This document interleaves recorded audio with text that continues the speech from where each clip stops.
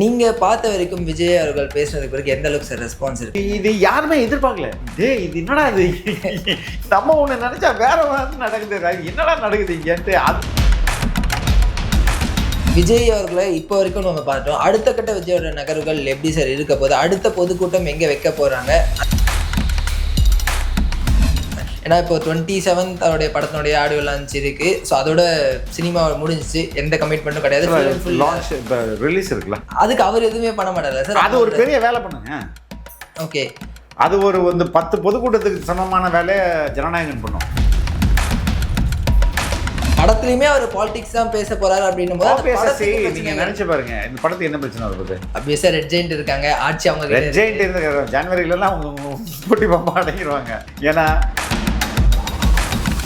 அப்போ இப்படியெல்லாம் ஜனநாயகனுக்குலாம் பிரச்சனை கொடுத்தாங்கன்னு வைங்களேன், இந்த மாதிரி வெறியேத்தம், டேய் ஒரு ஓட்டுக்கு 2 ஓட்டு ட்ரை பண்ண மாட்டா அப்படின்லாம் ட்ரை பண்ணுவாங்க. தாவேகா is a trendsetter in every aspect. நீங்க சொல்றது பார்க்கும்போது படையப்பா படத்தோட டைலாக் தானே, ஆட்சி அவங்க பக்கம் இருக்கு அப்படின்னு. நம்ம ரஜினி சொல்றாரு, படம் ஆண்டோனே நம்ம பக்கம் இருக்காரு அப்படின்னு போது மக்கள் திரள், மக்கள் சக்தி என்பது nothing is greater. நாங்க என்ன வாயிலே வடை சுடுறதுக்கு டிஎம்கேவா டிவிகேடா மனுன்னு சொல்றீங்க. பெரியார் சமத்துவத்தை தான் ஃபாலோ பண்ணுன்னு சொன்னார். அப்படி இருக்கும்போது உங்களை பார்க்க வர கூட்டத்துக்கு நீங்க சேர் கூட போடல, இப்ப அவங்க வெயில நிக்க வைக்கிறீங்களேப்பா அப்படின்ற ஒரு குற்றச்சாட்டையும் அவங்க முடிச்சது. ரொம்ப அக்கறப்பா இவங்களுக்கு. அவர் மட்டும் என்ன நிழல்ல, அவர் வெயில இருந்து தான் பேசினாரு. எல்லாரும் ஈக்குவாலிட்டினா எல்லாரும் ஈக்குவல். நீ மட்டும் தொண்டருக்கு பிளாஸ்டிக் சேர் போட்டு நீங்க மட்டும் சிம்மாசனத்தில் உட்காந்தீங்கன்னா, இவங்க பண்றதெல்லாம் ரொம்ப ஓல்டு ஸ்டைல். ஒரு 10 பேரை விட்டு கத்து திட்டு வன்மத்தை பரப்பு பொய் பிரச்சாரம் செய்யறது, அதை இன்னைக்கு எல்லாருமே ஓரளவுக்கு யோசிக்க தெரிந்த மனிதர்கள். இன்டர்நேஷ்னல் லெவலில் நீங்கள் பார்த்தீங்கன்னா நம்ம ஊரில் மாதிரி உட்காந்து அவர்களே இவர்களே அப்படின்னு பேசி அதுக்கப்புறம் கதையெல்லாம் சொல்லி அதெல்லாம் தேவையில்லை. நீங்கள் சொல்கிறத சுருக்கமாக சொல்லு அப்படின்றது. அப்போ இந்த மாதிரியான பேச்சு விஜய் பேசுகிறாருல, அந்த கம்யூனிகேஷன் ஸ்டைல், அது திமுக யாருக்கும் தெரியல. அதில் தான் அவங்க பதறாங்க. விஜய் அவர்கள் என்ன பண்ணாலும் அதை ஃபாலோ பண்றாங்க அப்படின்ற ஒரு குற்றச்சாட்டு இருக்கு. மேபி இதை கூட கற்றுக்கிட்டா நல்லா இருக்கும் நினைக்கிறேன். ஏன்னா இல்லை, இது டக்குன்னு வராது. அது கொஞ்சம் ட்ரை பண்ணதான் நம்ம முதல்வர். நம்மளுடைய கேரக்டரே புரிஞ்சிக்க மாட்டேங்கிறீங்களா? இப்போ மாட்டேங்கிறாங்க. நம்ம ஆல்ரெடி இந்த கொஸ்டின் அவங்க கிட்ட கேட்டிருந்தேன், விஜய் அவர்கள் எந்த தொகுதி டார்கெட் பண்ணுவார்? நீங்க வி சென்டிமெண்ட் அப்படின்னு சொன்னீங்க. இல்லை, இருக்கிறதுலே ரொம்ப சின்ன தொகுதியை கான்சன்ட்ரேட் பண்ணுவார். அப்பதான் சார் அது சென்னை திமுக இந்த கோட்டை அப்படின்னு பெரிய ஓட்டைங்க. எப்போ கோட்டை? இல்லை, சென்னை விஜய்க்கு தாங்க. விஜய் சொன்ன மாதிரி தாவேகாவும் திமுகவும் தான் இங்கே மேஜர் பிளேயர். ரெபல் டைம்ஸ் நேயர்களுக்கு வணக்கம். நான் உங்க நவீன். இன்னும் நம்முடைய மூத்த பத்திரிகையாளர் ஃபெலிக்ஸ் ஜெரால்ட் சார் இணைஞ்சிருக்கேன். வணக்கம் சார். வணக்கம். நீங்க பார்த்த வரைக்கும் விஜய் அவர்கள் பேசுனதுக்கு பிறகு எந்த அளவுக்கு சார் ரெஸ்பான்ஸ் இருக்கு மக்கள் மத்தியில? ஏன்னா கரூருக்கு பிறகு விஜய் அவ்வளவுதான் வெளில வர மாட்டாரு, பேச மாட்டாரு. அப்படியே வந்தாலும் மக்கள் அவங்க நம்பி வர மாட்டாங்க. இப்படி ஏகப்பட்ட குற்றச்சாட்டுகள் விஜய் மேல இருந்துச்சு. அது எல்லாருமே விஜய் உடைச்சிருக்கு. அது எல்லாமே குற்றச்சாட்டு தாங்க டே 1லேருந்து. ஏன்னா பாதிக்கப்பட்ட மக்கள் யாரும் விஜயை குறைய சொல்ல, இதுவே பெரிய விஷயம். 2வது, அவர் அழைத்த போதெல்லாம் வந்தாங்க, அவருக்காக வருத்தப்பட்டாங்க. அதுதான் ரொம்ப இது யாருமே எதிர்பார்க்கல. டேய் இது என்னடா இது, நம்ம ஒண்ணு நினைச்சா வேற மாதிரி நடக்குது, என்னடா நடக்குது இங்கன்ட்டு. அதுலயே அவங்களுக்கு அதனாலதான் அவங்க கட்டுப்பாயி அதுல பிரச்சாரங்களை பயங்கரமா பண்ணி அதுவும் டேக் ஆஃப் ஆகல. இவங்க பண்றதெல்லாம் ரொம்ப ஓல்டு ஸ்டைல். ஒரு 10 பேரை விட்டு கத்து திட்டு வன்மத்தை பரப்பு பொய் பிரச்சாரம் செய்யறது, அதை இன்னைக்கு எல்லாருமே ஓரளவுக்கு யோசிக்க தெரிந்த மனிதர்கள். முன்னாடி மாதிரி கல்வி அறிவு இல்லாமல் யாரோ ஒருத்தர் சொல்கிறத கேட்டுல இப்போ எல்லாருமே சிந்திக்கிறாங்க, எல்லாரும் யோசிக்கிறாங்க. இப்போ 2வது, நீங்கள் எவ்வளோ தான் சேட்டலைட் சேனலை வச்சு கத்துனாலும், ஒரு 100 யூடியூப் வச்சு பண்ணாலும், அவர் ஒரு 3-4 யூடியூப் சேனலோ இல்லை ஒரு சேட்டலைட் சேனலோ இந்த பக்கம் பேசுகிறதுக்கு இருக்குல்ல, அவங்க 2ஐயும் கம்பேர் பண்ணி பார்க்குறாங்க. அப்படியாடா இவங்க உருட்டுறானுங்களா அப்படின்றது தெரிஞ்சிடும்ல அவங்களுக்கும். ஸோ அதனால மக்கள் சிந்திக்கிறாங்க சார். விஜய் அவர்கள் விஷயம் மக்கள் எப்போதுமேங்க த பாஸ் யாருன்னா மக்கள் தான். நான் சேனல் நடத்துறது யாரை நம்பி நடத்துகிறேன்? என்னை நம்பி நடத்த முடியாது. நீங்களும் உங்களை நம்பி, மக்களை நம்பி தான் நம்ம நடத்துகிறோம். அப்போ மக்கள் எல்லாத்தையும் மக்கள் நம்ம பேசுகிற ஒரு வீடியோவை ஒரு ஐஏஎஸ் ஆஃபீஸர் பார்ப்பாரு, ஒரு ஐபிஎஸ் ஆஃபீஸர் பார்ப்பாரு, சிஎம் ஆஃபீஸில் வேலை செய்கிறவங்க பார்ப்பாங்க, அதே மாதிரி ஒரு சாதாரண விவசாய வேலை செய்கிறவங்கள பார்ப்பாங்க, கட்டிட தொழில் எல்லாருமே பார்ப்பாங்களே. அப்போ எல்லாருமே மக்கள் தானே. அதையும் மீறி ஒவ்வொரு காலகட்டத்திலும் கலெக்டிவ் கான்ஷியன்ஸ்னு இருக்கு. ம், ம். இந்த ஒட்டுமொத்த மக்களும் ஒரு ஒரு ஒரு சில அம்சங்களில் ஒண்ணா சிந்திப்பாங்க. ம், ம். அவங்களுக்கு தெரியும்.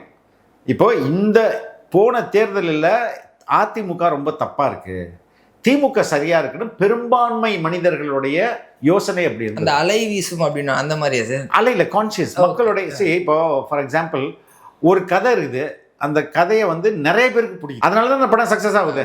நீங்கள் போய் பணம் கொடுத்து பார்க்க வைக்க முடியாதுல்ல. அது ஏன் நிறைய பேருக்கு பிடிக்குது? ஏன்னா நிறைய பேருடைய வாழ்க்கையோட அது கனெக்ட் பண்ணுது.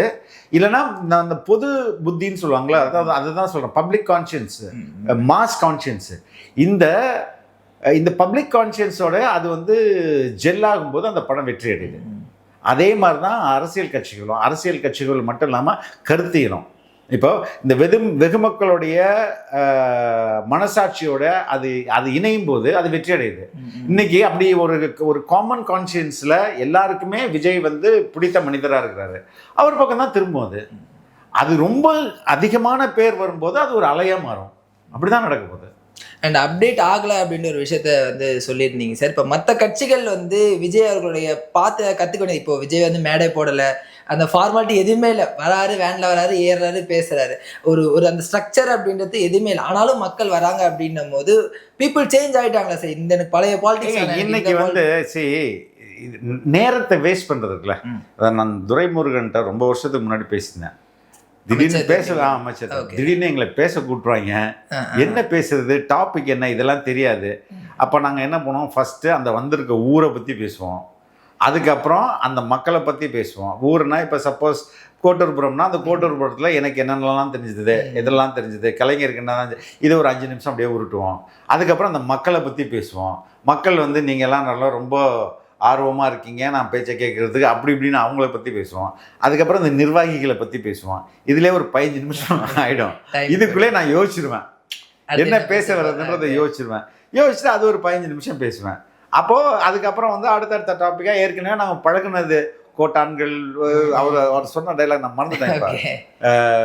ஏதாவது ஆந்தைகள் ஓலமிடும் நேரத்திலே அர்த்த ராத்திரியிலே அப்படி இப்படின்னா அது ஒரு அடுக்குமொழியில் ஒரு அப்படி ஓட்டிட்டு கரெக்டாக சொல்ல வேண்டிய கருத்து 5 நிமிஷத்துல தான் இருக்கும். அது சொல்லி முடிச்சுட்டு வந்துடுவோன்றது. அப்போ இவங்க பேச வந்த கருத்து 5 நிமிஷம் தான். ஆனால் அதுக்கு முன்னாடி பேடட்னு சொல்லுவாங்களே, பேடட் சென்டென்ஸ், கருத்து ஒன்று. இப்போ நம்ம காலில் பேடு கட்டிக்கிற மாதிரி அதெல்லாம் காலுன்றது இங்கே இருக்குது, அதுக்கு மேலே பேடுன்றது, அது மேலே இன்னொரு பேடு, அது மேலே இன்னொரு பேடு, ஃபுல்லாக பேடட் சென்டென்ஸே வச்சு அடிக்கிட்டு கடைசியாக கருத்தை தம் தூண்டு பேசிட்டு வர்றதுன்றது ரொம்ப ஓல்ட் ஸ்டைல். இன்னைக்கு வந்து ஃபஸ்ட்டு எடுத்தோன்னே என்ன கருத்து சொல்கிறேன் அதான் எனக்கு வேணும், அதெல்லாம் உட்காந்து கதையாக கேட்டுட்டு இருக்கலாம் நான் விரும்பலை அப்படின்ற உலகமாக இருக்குது. இதுதான் உலகம் ஃபுல்லாக.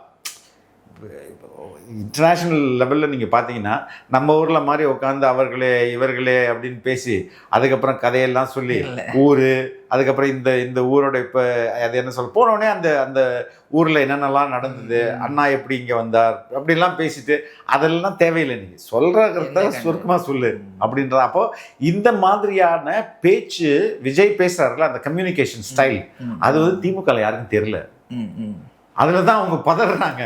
இப்போ அந்த பதட்டம் வந்து என்னன்னா இப்படி நம்மளாம் பேசவே தெரியல. ஏன்னா நீங்கள் அவங்க வந்து ஒரு 75 ஆண்டுகளாக ஒரு டியூன் ஆகிட்டாங்க. அந்த டியூனை பட்டுன்னு உடைக்க முடியாது, உடைச்சா இருக்கிறவனும் போயிடுவான். அப்போ இது வந்து ஒரு ஃப்ரெஷ் நியூ ஸ்டைல், ஒரு ட்ரெண்ட் செட்டர்னு எடுத்துக்கலாம். ஆமாம் எல்லாத்துலேயுமே TVK is a trend setter in every aspect.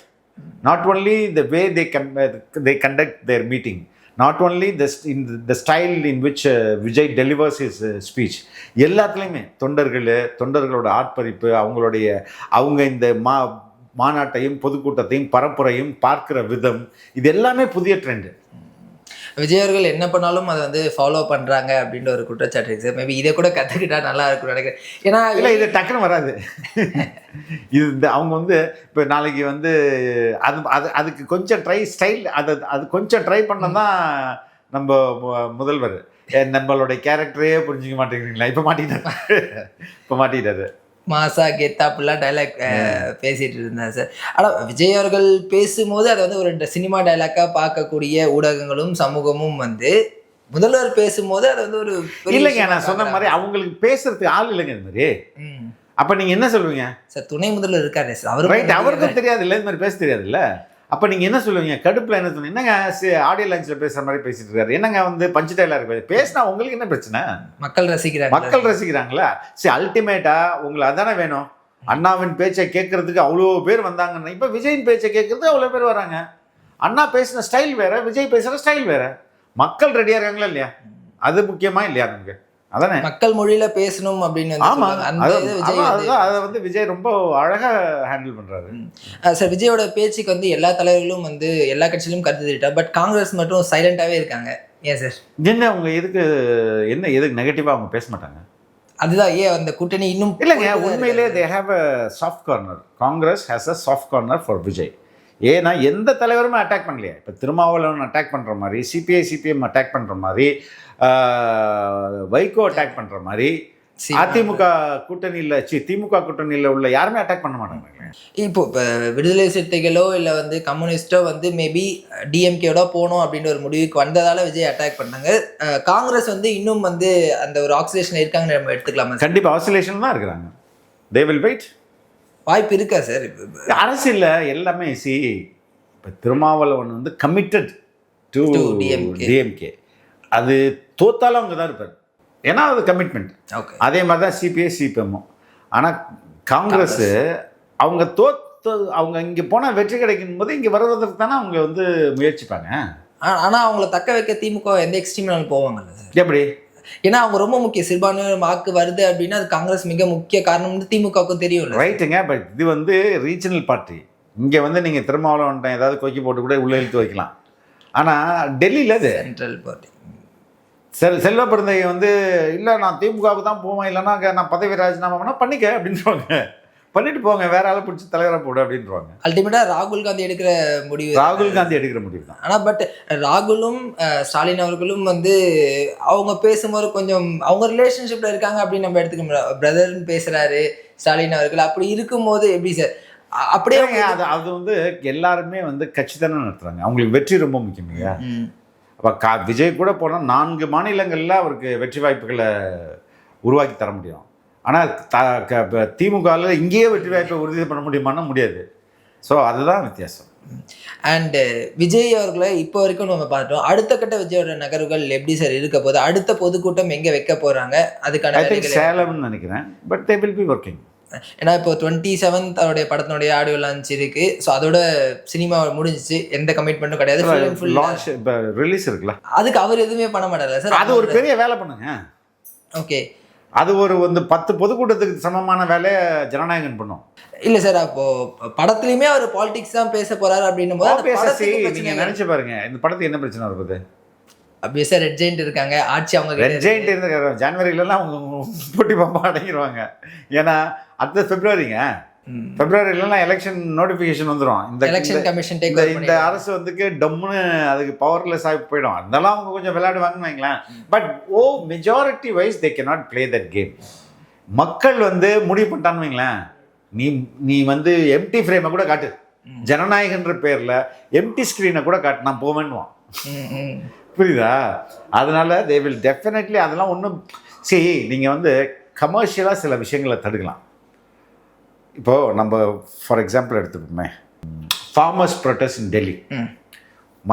ஒரு மிகப்பெரிய அரசுங்க இந்திய அரசுன்றது. இந்த ரீஜனல் சவுத் ஏஷியாவில் சூப்பர் பவர்.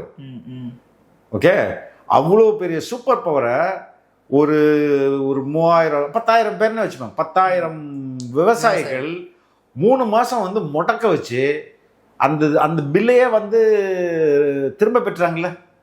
அப்போ இங்கே மக்கள் சக்தி எவ்வளோ ஸ்ட்ராங்கானது. அப்போ இந்த படத்துக்கு என்ன ஆகும்? மக்கள் வந்து நீங்கள் அதை வந்து நீங்கள் யாருமே எதுவுமே பண்ண முடியாது. ஏன்னா ராணுவம் வந்து தன்னுடைய சொந்த மக்களை சுட்டு கொண்டுருமா? ரைட்டுங்களா? தேட்டர்ஸ் கொடுக்கறதுல பிரச்சனை இருக்கு, அந்த மாதிரியான விஷயங்கள் இருக்குல்ல. ஆல்ரெடி விஜய் அவர்களுடைய படத்துக்கு இந்த மாதிரியான பிரச்சனைகள் வந்து நம்ம பார்த்துருக்கோம். பட் கடைசி படம் அப்படின்றதுனால அது அப்போனா அந்த விஜய் ரசிகர்கள் எவ்வளோ ஆதங்கத்தோடு இருப்பாங்க. கடைசி படம் இனிமேல் தலைவர் நடிக்க மாட்டார் அப்படின்றதுல எவ்வளோ ஆதங்கமாக இருப்பாங்க. போடுற ஓப்பன் ஸ்க்ரீனில் போட்டால் கூட மொத்தம் எதுக்கு நான் சொல்கிறேன்னா, நான் மக்கள் ஃபோர்ஸ்க்கு முன்னாடி பொலிட்டீஷியன்ஸாக இருக்கட்டும், மினிஸ்டர்ஸாக இருக்கட்டும், இராணுவமாக இருக்கட்டும், எதுவுமே நத்திங். அது வந்து காட்டாற்று வெள்ளம் போல். நீங்கள் வந்து நம்மளுடைய ஜல்லிக்கட்டு எடுத்துங்களேன், அது போராட்டம் தான். அதை மக்கள் எப்படி என்ஜாய் பண்ணாங்க. அப்போ கூட ஒரு அம்மா கூட சொல்லிச்சு, ஃப்ரீ செக்ஷன் சொன்னால் கூட பீச்சில் இதுக்கு கூட ஜாஸ்தியாக கூட்டம் கூடலாம் சொன்னாங்க. ஸோ அது கேவலப்படுத்துதான். எதுக்குன்னா போராட்டம் என்பது எப்போதுமே வாழ்க ஒழிகன்னு கத்திட்டு இருக்கிறது அவசியம் இல்லை. அது வந்து மக்கள் ஒன்று கூடல் தான். அதன் மூலமாக அந்த அரசுகள் இறங்கி வரும். அப்போ இப்படியெல்லாம் ஜனநாயகனுக்கெல்லாம் வந்து பிரச்சனை கொடுத்தாங்கன்னு வைங்களேன், அது இன்னும் வந்து விஜயோட அதிகமாக இந்த மாதிரி வெறியேத்தம். டேய் ஒரு ஓட்டுக்கு 2 ஓட்டு போட ட்ரை பண்ண மாட்டா அப்படின்லாம் ட்ரை பண்ணுவாங்க. அதுதான் சொல்லுங்க. அந்த அளவுக்கு விஜய் அந்த அளவுக்கு வந்து ஆளும் கட்சி போகுமா சார்? போக மாட்டாங்க. I don't think. நீங்க சொல்றது பார்க்கும்போது படையப்பா படத்தோட டைலாக் தானே, ஆட்சியே அவங்க பக்கம் இருக்கு அப்படின்னு. அப்ப ரஜினி சொல்றாரு, போட ஆண்டவனே நம்ம பக்கம் இருக்காரு அப்படின்னு. மக்கள் செல்வாக்கு இருக்கும்போது மக்கள் திரள், மக்கள் சக்தி என்பது நத்திங் இஸ் கிரேட்டர். அது வந்து யாராலுமே எந்த ஏங்க பிரெஞ்சு புரட்சியிலாம் பார்த்துருக்கோம், கேள்வி படிச்சிருப்போம்ல நம்ம. அதே மாதிரி ரஷ்ய புரட்சி, இதெல்லாம் என்னது பெரிய பெரிய பல நூற்றாண்டுகளாக ஆட்சி செஞ்ச பெரிய பெரிய மண். அவன்கிட்ட ராணுவம் இல்லையா, அவன்கிட்ட வீரர்கள் இல்லையா, அவன்கிட்ட அரண்மனை இல்லையா, எல்லாச்சும் அடிச்சு துவம்சம் பண்ண போகிறாங்க. அண்மையில் ஸ்ரீலங்காவில் நம்ம பார்த்தோமே, அதிபரோட நீச்சல் குளத்தில் போய் இவனுக்கு நீச்சல் அடிச்சுட்டு இருந்தான். அந்த நாளுங்க பங்களாதேஷ் ராஜபக்ஷ வீட்டை எப்படி அவங்க பெட்டில் போய் இவன் படுத்துக்கிறான். டேய் பாரு, அதிபர் பெட்டில் படுத்துட்டு செல்ஃபி எடுக்கிறான். அப்போ அது ரொம்ப சின்ன நாடு. அதுலேயே இந்த இளைஞர்கள் இப்படி ஒரு பெரிய மாற்றத்தை ஏற்படுத்தும் போது தமிழகம் மாதிரியான பெரிய ஸ்டேட்டில் நீங்கள் வந்து ரொம்ப ஒருத்தர் அடக்க முடியாது. ஒடுக்க நினைத்தால் அது வந்து வேறு மாதிரியான விளைவுகள் வரும். மேபி அது அவங்களுக்கு தெரியுதா இல்லைன்னு நமக்கு தெரியல.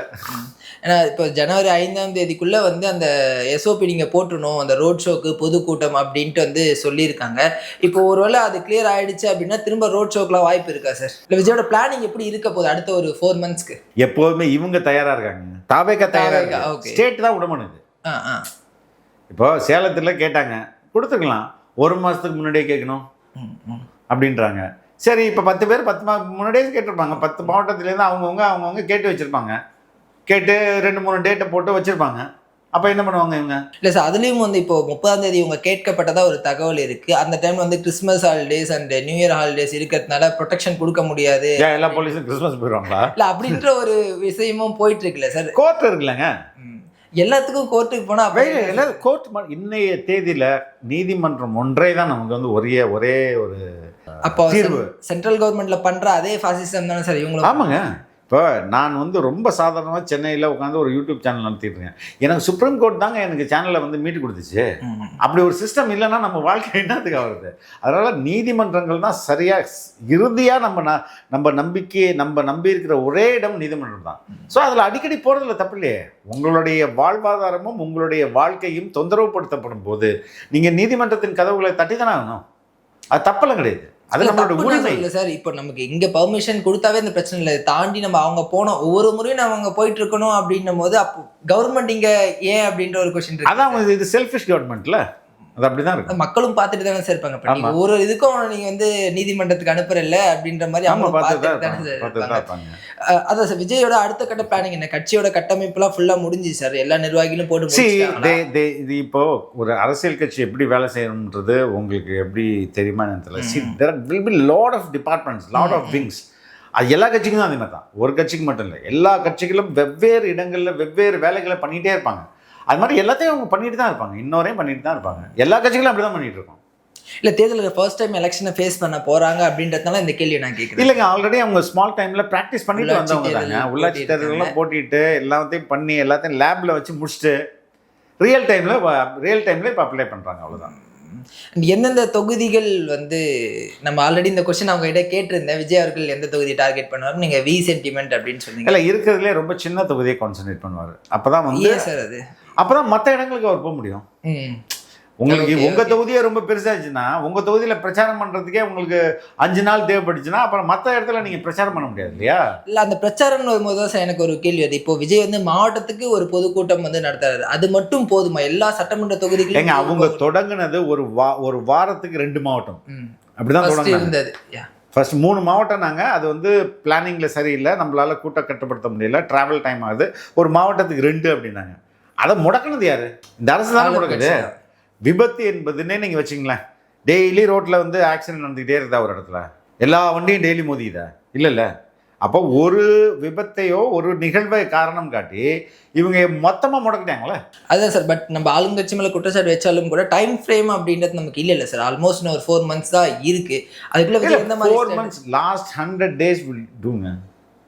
கடைசி 100 நாட்கள் அதுவே போதும். 3 months enough. ஜெயலலிதா வந்து கடைசி 100 நாள்ல தான் ஆரம்பிப்பாங்க ஃபுல் ஸ்விங். இந்த அக்ரெசிவ் கேம்பெயின் அதான் 100 நாள் ஒர்க் பண்ணுவாங்க, அவ்வளவுதான் முடிஞ்சுது. அப்போ விஜய் அவருக்கு எல்லா தொகுதியும் போறதுக்கு வாய்ப்பு இருக்கு. 230 எல்லா தொகுதியும் போவாரு, எல்லா தொகுதியும் போவாரு. ஸோ எனக்கு முக்கியமா வந்து சென்னை அவர் எப்படி ஏன்னா சென்னை வந்து திமுக என்ன கோட்டை அப்படின்னு வந்து அதான் பெரிய ஓட்டைங்க. எப்போ கோட்டை இல்ல சார், எல்லா முறையும் அவங்க தானே ஜெயிச்சிருக்காங்க. அது பேஸ் பண்ணி நான் இப்போ சொல்றேன். எதுக்கு கடைசியா வந்து கருணாநிதி அவர்கள் திருவாரூர்ல போய் போட்டி போட்டாரு? அவர் சேப்பாக்கத்தில் ஏன் போட்டி போடல? பட் உதயநிதி போட்டு ஜெயிச்சாரு. ரைட், இப்போதானே ஜெயிச்சிருக்காரு. இப்போ இந்த தூய்மை பணியாளர்கள் போராட்டம்லாம் இருக்குல்ல, அதெல்லாம் எங்க நடந்தது? மதுரையில் நடந்தது, சென்னையில் தான் நடக்குது. பில்டிங் முன்னாடி தானே ரிப்பன் பில். இப்போ சென்னை மக்கள் வந்து வெள்ளத்தில் அடிபடுறது அவங்க தானே. So they know. Okay, but அதை தாண்டி தானே சார் அவங்க திமுக ஒரு முறையும் ஜெயிக்கிறதுனால இந்த பாப்பா இந்த இடத்துல எப்படி பண்ண போறாரு அப்படின்றத நான் கேட்கிறேன். சென்னை வந்து விஜய்க்கு தாங்க வாய்ப்புகள் நிறைய எழுதி வச்சிடலாமா சார் விஜயோட இது அப்படின்னு. டெஃபினட்டா. அண்ட் வந்து புசி ஆனந்த், ஆதவ் அர்ஜுனா இவங்கெல்லாம் எந்த தொகுதி டார்கெட் பண்ணதுக்கு வாய்ப்பு இருக்கு தெரியல. அண்ட் ஃபைனலி வந்து 2026 அப்படின்றது வந்து விஜய் சொன்ன மாதிரி டிஎம்கே வர்சஸ் டிவிகே அப்படின்றது தான், அதை நோக்கி தான் போயிட்டு இருக்கா இப்போ அரசியல் களம், இல்லை வந்து ஏடிஎம்கே ஏதாவது ரோல் ப்ளே பண்ண வாய்ப்பு இருக்கா? Everyone have their own role. ஆனால் who is a major player, அதுதான் இங்கே பார்க்க வேண்டியது. அந்த வகையில் விஜய் சொன்ன மாதிரி தாவேகாவுக்கும் திமுகவும் தான் இங்கே மேஜர் பிளேயராக இப்போ இருக்கு. விஜய் கிங்கா இருப்பாரா கிங் மேக்கரா இருப்பாரா இந்த முறை? Obviously he'll be king. Why should he become a king maker? And ADMK சைட்லேருந்து பெருசாக ரியாக்ஷன் எதுவும் வரலை. பட் ஜெயக்குமார் மட்டும் விஜய் ஒரு ஊர்க்குருவி எவ்வளோ பறந்தாலும் வந்து அவர் பருந்தாக மாட்டார் அப்படின்ற ஒரு விமர்சனத்தை வச்சிருக்காரு. பறந்தாயே என்னத்தை அவர் எதுக்கு இதை சொல்றாருன்றதே ஃபர்ஸ்ட் புரியுது. பறக்குதா இல்லையா? ஸ்பீடாக பறக்குதா இல்லையா? பறந்த விட ஊர்க்குருவி ஸ்பீடாக பறக்கும். புரியுதுங்களா? இந்த எல்லா விமர்சனங்களையும் தாண்டி தான் அரசியல் கட்சி வளரும். விஜய் வந்து அதிவேகத்தில் வளர்றார். ராக்கெட் ஸ்பீடில் அவரோட க்ரோத் இருக்குது. அதெல்லாம் இவங்களுக்கு ரொம்ப பொறாமை ஏற்படுத்தும்ல சார். அவர் வைக்கக்கூடிய குற்றச்சாட்டு வந்து திமுக மேலே தான். பட் இருக்கும்போது ஏடிஎம்கே ஏன் சார் அதுக்கு ரியாக்ட் பண்ணுறாங்க? அவங்க கட்சியிலையும் போவாங்க. ஓகே, ஏடிஎம்கே போவாங்கல்ல. பட் இப்போ ஏடிஎம்கே என்ன சொல்றாங்க, எந்த கான்டெக்ட்ல சொல்லியிருப்பாருன்னா எம்ஜிஆரை கோட் பண்றாரு இல்லையா, அதனால வந்து எம்ஜிஆராக இவர் மாற முடியாது, எம்ஜிஆர்களுக்கு இவர் ஊர்க்குருவிதான் அப்படின்னு சொல்லியிருப்பாரு. பட் இப்போ எம்ஜிஆர் தான் இல்லையே, உங்க கட்சியார் அவர் பின்னாடி தானே போவாங்க. அதே மாதிரி ஒருவேளை எம்ஜிஆரும் ஜெயலலிதா அவர்களையும் தொட்டதால இவங்க கொஞ்சம் ட்ரிகர் ஆயிட்டாங்களோ? யாரு? ஏடிஎம்கே கேடர்ஸ். இல்ல, எங்கெங்க தொட்டாரு? பேர் சொன்னதே இதுக்கு என்ன அர்த்தம்? பேர் சொல்லும்போது ஏன் இப்படி வந்து திமுக அவர்கள் இவர் தீய சக்தின்னு சொன்னாங்க அப்படின்னு யோசிக்கும் போது எனக்கு புரிஞ்சுக்கிட்டே அப்படின்றாரு. அதுக்கும் இதுக்கும் அவங்க தொட்டுட்டா என்ன தொட்டு கூட்டு வர போறாரு கட்சி நடத்த? அப்படிலாம் கிடையாதுல்ல. அதே மாதிரி நீங்கள் சொன்ன மாதிரி மக்கள் தன்னெழுச்சா வராங்க அப்படின்னு நிறைய வீடியோஸ் பார்க்கும்போது வீட்டிலேருந்து சாப்பாடு கட்டிலாம் நிறைய பெண்கள் வந்து அமர்ந்து சாப்பிட்டதெல்லாம் நம்ம வந்து பார்க்க முடியும் சார். இந்த அன்பு நீங்கள் வந்து நிறைய வருஷம் இந்த ஜேர்னலிசம் ஃபீல்டில் இருக்கீங்க, வேற ஏதாவது தலைவருக்கு பார்த்துருக்கீங்களா? இந்த இல்லைங்க, நான் என்னுடைய கெரியர்ல நான் பார்க்கல. ஸோ அதே மாதிரி திமுக வைக்கக்கூடிய இன்னொரு குற்றச்சாட்டு வந்து பெரியார் மண்ணுன்னு சொல்றீங்க. பெரியார் வந்து சமத்துவத்தை தான் ஃபாலோ பண்ணுன்னு சொன்னார். அப்படி இருக்கும்போது உங்களை பார்க்க வர கூட்டத்துக்கு நீங்க சேர் கூட போடல, இப்போ அவங்க வெயில நிக்க வைக்கிறீங்களேப்பா அப்படின்ற ஒரு குற்றச்சாட்டையும் அவங்க முடிச்சது. ரொம்ப அக்கறைப்பா இவங்களுக்கு. அவர் மட்டும் என்ன நிழல்ல நின்று அவரும் வெயில இருந்து தான் பேசினாரு. ஏன் ஒரு இப்போ இவங்க மட்டும் என்ன சேர் மட்டும் கொடுத்தா ஏசி போட வேண்டியதானே? அது மாலையில் நடந்த கூட்டம் தானே. அப்போ இவங்க ஸ்டேஜ்ல ஏசி போட்டுக்கிறாங்களா, ஏர் கண்டிஷன் போட்டுக்கிறாங்களா, சில்வர் சேர்ல உட்காடுறாங்களா? அவங்களுக்கு இது பிளாஸ்டிக் சேர் போட்டு நீங்க சில்வர் சேர்ல, நீங்க பிளாஸ்டிக் சேர்ல. சமத்துவம்னா தானே சமத்துவம்? எல்லாரும் ஈக்குவாலிட்டினா எல்லாரும் ஈக்குவல். நீ மட்டும் தொண்டருக்கு பிளாஸ்டிக் சேர் போட்டு நீங்க மட்டும் சிம்மாசனத்தில் உட்காந்தீங்கன்னா அது சரியா? அது சமத்துவமா? சமத்துவம்ன்றதுக்கு முழுமையான அர்த்தம் என்னன்றதே உங்களுக்கு தெரியாது. இவங்க சமத்துவத்தை பத்தி பேசிட்டு இருக்காங்க. Thank you sir. தேங்க்யூ.